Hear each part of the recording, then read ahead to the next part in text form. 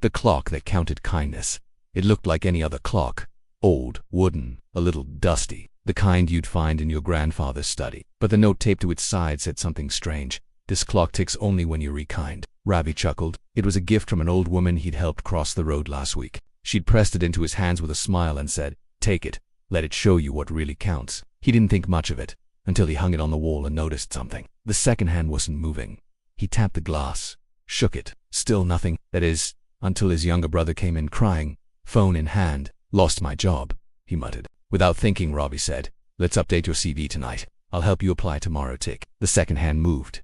Just one beat. One tiny motion. Weird that night, when he let the neighbor borrow his charger again without grumbling. Tick. The next morning, when he helped a blind man find the right bus. Tick tick. But when he ignored a message from a friend who needed to talk. Silence. When he snapped at a waiter for being too slow. Stillness. The clock didn't care about hours or alarms, it only counted kindness. Suddenly time felt different. It wasn't just passing, it was earning. He started noticing things. How long it stayed still when he bragged. How fast it ticked when he apologized first. He watched it one day after donating quietly to a struggling student.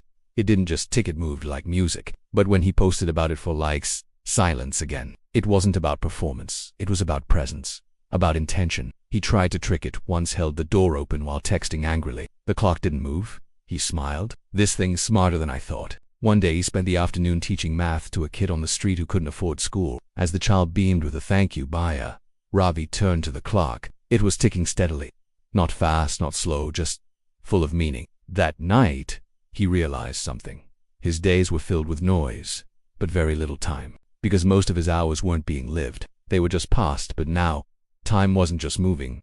It was mattering. On his birthday, he didn't throw a party. He bought food and distributed it with his sister to those sleeping on the footpath. The clock ticked with each smile, each thank you, each shared moment.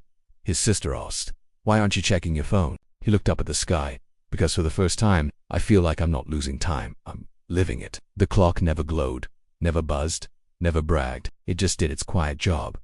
Rewarding kindness. One tick at a time. Years later, when Ravi was old and gray, his niece asked, "Chachu, why do you still keep this broken old clock?" He smiled and said, "This clock gave me more time than anything else in the world." She tilted her head. "But it doesn't even show the right hour."